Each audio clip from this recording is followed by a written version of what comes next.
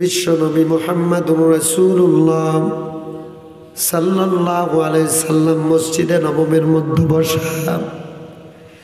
ওই সময় সমস্ত সাহাবীরা যখন বললেন, ইয়া রাসূলুল্লাহ, ইয়া হাবিবাল্লাহ, আল্লাহর নিকট সবচাইতে দামি আমল কোনটি, কোনটা ভালো কাজ? আল্লাহ সঙ্গে সঙ্গে কোরআনুল কারীম দ্বারা বিশ্ব নবীকে জানিয়ে দিলেন। আল্লাহ বললেন, ও নবী, আপনি বলে দেন, ইন্নাল্লাহা ইউহিব্বুল্লাযীনা ইউকাতিলুনা ফি সাবিলিহি সাফফান কাআন্নাহুম বুনয়ানুম মারসুস। আর জোরে আল্লাহু আকবার। ইন্নাল্লাহা, নিশ্চয় আল্লাহ, ইউহিব্বুল্লাযীনা, ওই সমস্ত মানুষদেরকে ভালোবাসেন, ইউকাতিলুনা ফি সাবিলিহি সাফফান, যারা আল্লাহর রাস্তায় সীসা ঢালা প্রাচীরের মতো হয়ে যারা সংগ্রাম করে, লড়াই করে, ওই মানুষগুলাকে আল্লাহ সবচাইতে বেশি ভালোবাসেন।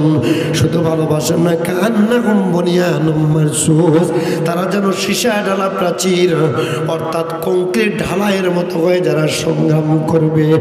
ও বন্ধু, আমার সমাজে তরুণ, রিক্সা চালক, দোকানি, মজুরি, এক কথায় ছাত্র ভাইয়েরা যখন কাঁধে কাঁধ মিলে একাকার হয়ে নারায়ে তাকবীর আল্লাহু আকবার স্লোগান যখন দিয়েছে, তখন সঙ্গে সঙ্গে শাহজালালের তাকবীরের ধ্বনির মতো গৌর গোবিন্দর ইট আর সুরকিগুলোর সঙ্গে সঙ্গে ভাঙ্গি খান খান হয়ে গেছে। আল্লাহু আকবার বলেন, আর জোরে আল্লাহু আকবার বলেন। কারণ ওরা না পালালে বিপদ ছিল, ঠিক না বলেন? পালারে পালাম, জলদি পালাও, নইলে তোদের গলায় জুতার মালা, ঠিক না বলেন?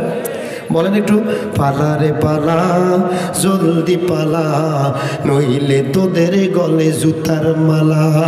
সত্য আসছে, বাতিল কাঁপছে, সত্য আসছে, বাতিল কাঁপছে, নইলে তোদের গলা জুতার মালা। পালারে পালা, জলদি পালা।